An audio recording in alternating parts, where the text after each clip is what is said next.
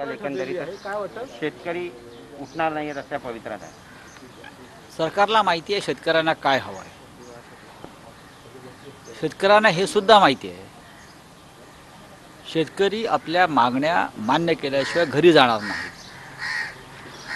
आणि सरकारला हे सुद्धा माहिती आहे शेतकरी बलिदान देतील पण मागे हटणार नाही.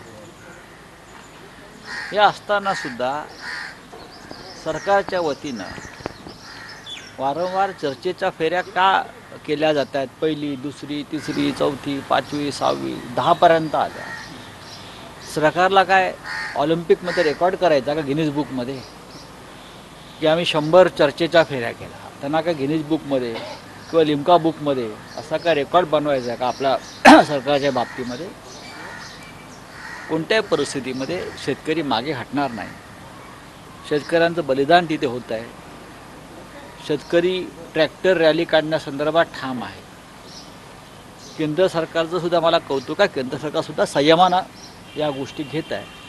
पण मला वाटतं हा विषय म्हणजे माझ्या पक्षाला वाटतं, शिवसेनेला वाटतं. आज सकाळी मी शरद पवार साहेबांची पत्रकार परिषद ऐकत होतो.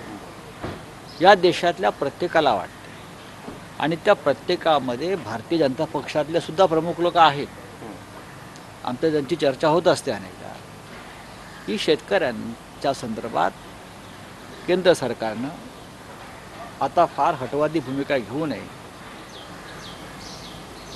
माघार घ्या असं म्हणणार नाही, पण समन्वयाची भूमिका घ्यावी आणि शेतकऱ्यांच्या मागण्या मान्य कराव्यात आणि लाखो शेतकऱ्यांना आपापल्या कुटुंबात परत त्यांनी पाठवावं. हां सर, 1.5 वर्षासाठी स्थगिती देणं असं सुद्धा नाही, 1.5 वर्षाच्या स्थगितीला काही अर्थ नाही. शेतकरी ऐकत नाही. तुम्हाला माहिती आहे शेतकऱ्यांनी स्पष्ट सांगितलं कायदा रद्द करा. मग 1.5 वर्ष, 2 वर्ष, 1.5 महिना, 9 महिने शेतकरी ऐकणार नाहीत. हे तुम्हाला एकदा कळल्यावर तुम्ही हे असे पत्ते कशा करता फेकताय, हे चुकीचं आहे. जानना चाहेंगे कि किसानों से बातचीत हो रही है लेकिन अभी तक कुछ कंक्लूजन नहीं निकला. देखो किसानों से कब तक बातचीत चलेगी. 60 दिन हो गए, किसान हटने को तैयार नहीं है. सरकार को मालूम है किसान हटेंगे नहीं. जब तक जो मुख्य मांग है जो कानून रद्द करने की, तब तक किसान पीछे नहीं हटेगी. सरकार को मालूम है. तो ये क्या सरकार ये चाहती है कि पहले दौर की चर्चा 2, 3, 4, 5 राउंड 10 राउंड तक आ गए और कितने राउंड पे सरकार जाए. क्या सरकार Guinness book of world record में अपना कीर्तिमान प्रस्थापित करना चाहती है कि हम इतने राउंड चर्चा, विश्व में अब तक ये कीर्तिमान किसी ने स्थापित नहीं किया था. क्या लिम्का बुक में सरकार जाना चाहती है कि हमने 50 राउंड तक चर्चा की. तो कोई छोड़ देना चाहिए. ये हटवाद है. मैं ये नहीं कहूँगा कि आप पीछे हटो सरकार की तरफ से, लेकिन किसानों की बात सुनो, किसानों को मनाइए और आप कानून रद्द करने की जो बात किसान ने मांग रखी है आप एक बार उसको मंजूर कर दीजिए. सर, धनंजय मुंडे का जो मामला मुझे मालूम नहीं. देखिए ये बहुत ही व्यक्तिगत मामला है. मैंने कहा आपको पहले भी, और मीडिया ने उस बारे में बहुत संयम से काम करना चाहिए. सर, जो आग लगी है सर, प्रकाश आंबेडकर जी ने मुद्दा उठाया कि ये आग लगी है या लगाई गई है, किस तरीके से देखिए राज्य के मुख्यमंत्री जी ने कल साफ बताया है. और अगर मुख्यमंत्री बात करते हैं तो पूरी जानकारी लेकर बात करते हैं. उनके पास यंत्रणा है, एजेंसीज है. और किस कारणों के वजह से सीरम में आग लगी है ये अगर राज्य के मुख्यमंत्री बताते हैं तो राज्य के मुख्यमंत्री के ऊपर विश्वास रखना चाहिए. और कोई क्या बात करता है या सस्पेंस क्रिएट करता है ये छोड़ दीजिए. सर, मराठीमध्ये सांगा. सीरममध्ये जी आग लागली त्याबद्दल सीरमबद्दल मराठीमध्ये हे पहा की कोण काय म्हणतंय की ते आग लावली की लागली. या वादात मीडियानं पडू नये. हा अत्यंत संवेदनशील विषय आहे. सिरम इन्स्टिट्यूट संपूर्ण देशाचं आणि जगाचं लक्ष त्या संस्थेवर आहे. अख्ख्या जगाला कोविडची लस पुरवण्याचं काम त्या सिरममधनं होणार आहे.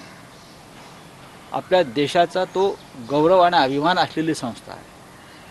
काल राज्याच्या मुख्यमंत्र्यांनी सांगितलं की ती आग कोणत्या कारणामुळे लागली, तो घातपात नाही. राज्याच्या मुख्यमंत्र्याकडे अधिक माहिती असते, त्यांच्याकडे अधिक एजन्सीज काम करत असतात.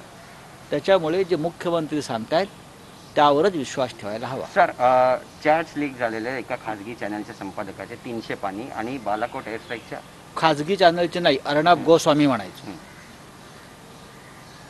खाजगी चॅनल मंडळ नाही, हा देशद्रोह आहे.